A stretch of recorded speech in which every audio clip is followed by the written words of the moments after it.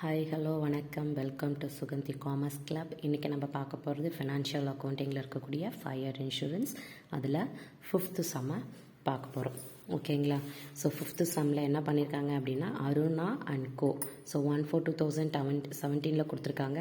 Major destructions வந்து பார்த்திங்கன்னா அப்போ நடந்திருக்கு. ஓகேங்களா? ஸோ ஃபாலோயிங் த பர்டிகுலர்ஸ் கொடுத்துட்டாங்க. ஸோ இதில் case the loss of stock which was insured.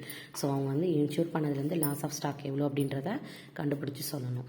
So first purchase from 1/1/2017 to the date of fire.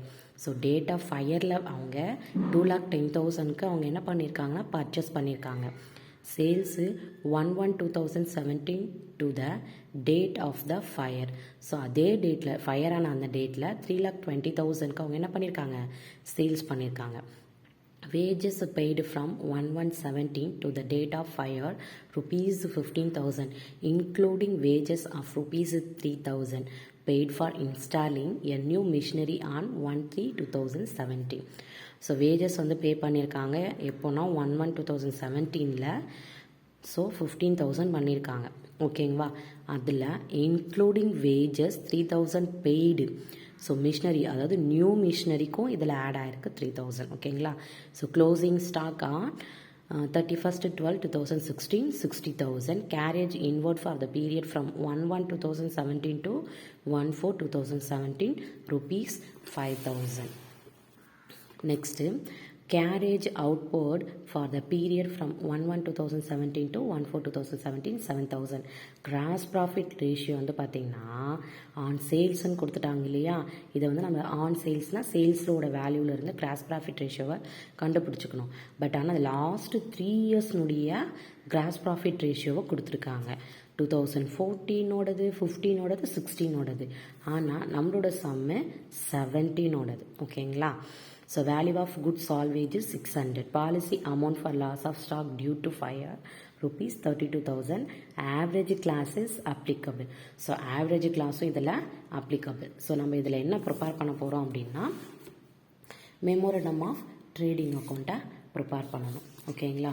So அப்போ memorandum of trading account போடுறதுக்கு first நம்ம என்ன பண்ணணும்? Fire insurance. ஸோ ஃபயர் இன்சூரன்ஸில் போயிட்டு memorandum of trading account. So first opening stock அதாவது இந்த இயர்னுடைய ஓப்பனிங் நெக்ஸ்ட் இயர்னுடைய க்ளோசிங் இல்லையா? ஸோ அப்போது புக்கில் வந்து பார்த்தீங்க அப்படின்னா க்ளோசிங் ஸ்டாக் ஆன் 31/12/2016.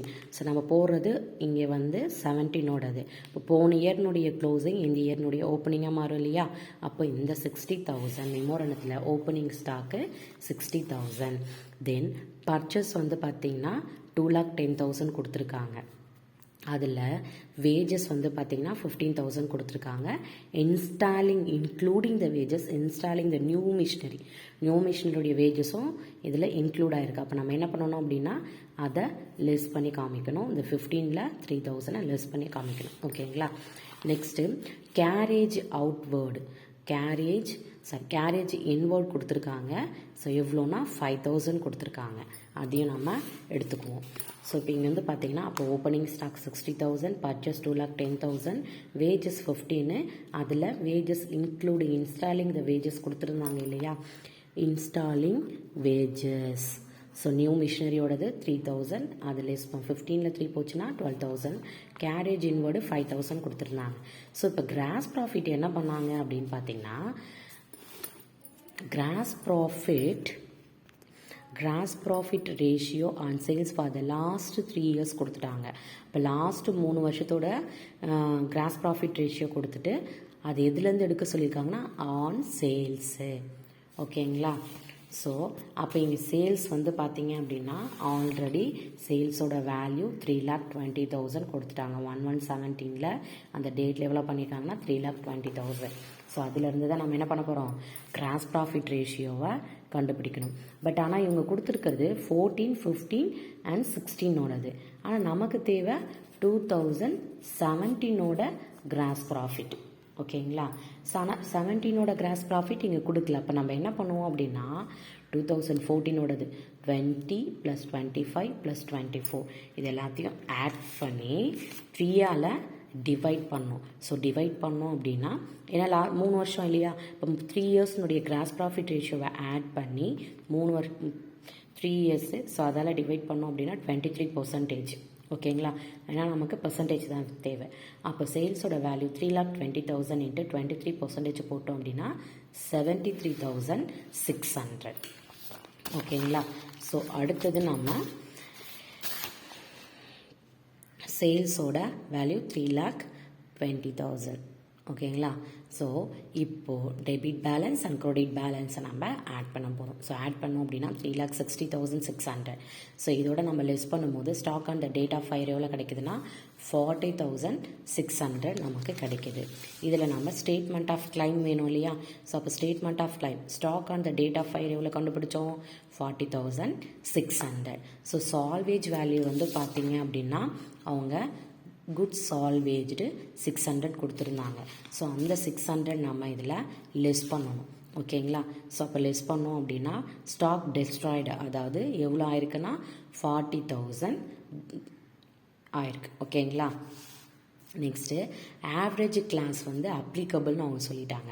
அப்போ claim to be lodged insured stock divided stock on the date of fire into actual loss of stock. So insured stock வந்து அவங்க எவ்வளோ பண்ணியிருந்தாங்க அப்படின்னு பார்த்தீங்கன்னா இதிலே கொடுத்துருந்தாங்க. பாலிசி அமௌண்ட் அவங்க எவ்வளோ தான் இன்சூர் பண்ணியிருக்காங்களாம் 32,000 தான். ஸோ அதுதான் வந்து இன்சூர்டு ஸ்டாக்கு. அப்போ insured stock 32,000. Stock on the date of fire நம்ம எவ்வளோ கண்டுபிடிச்சோம் 40,600 நம்ம கண்டுபிடிச்சோம். Into actual loss of stock, அப்போ எவ்வளோ தான் ஆக்சுவலாக லாஸ் ஆயிருக்குன்னா 40,000 லாஸ் ஆயிருக்கு. ஸோ நம்ம பண்ணும்போது 31,527 வந்து நம்ம கிளைம் பண்ண வேண்டிய அமௌண்ட்டு. ஓகேங்களா, இன்றைக்கி நம்ம பார்த்த சம் உங்களுக்கு புரிஞ்சிருக்கும்னு நினைக்கிறேன். ஓகேங்களா, ஸோ இன்றைக்கி நம்ம பார்த்த சம் உங்களுக்கு புரிஞ்சிருக்கும். ஸோ நாளைக்கு வேற ஒரு சம்மில் நம்ம சந்திக்கலாம். தேங்க்யூ.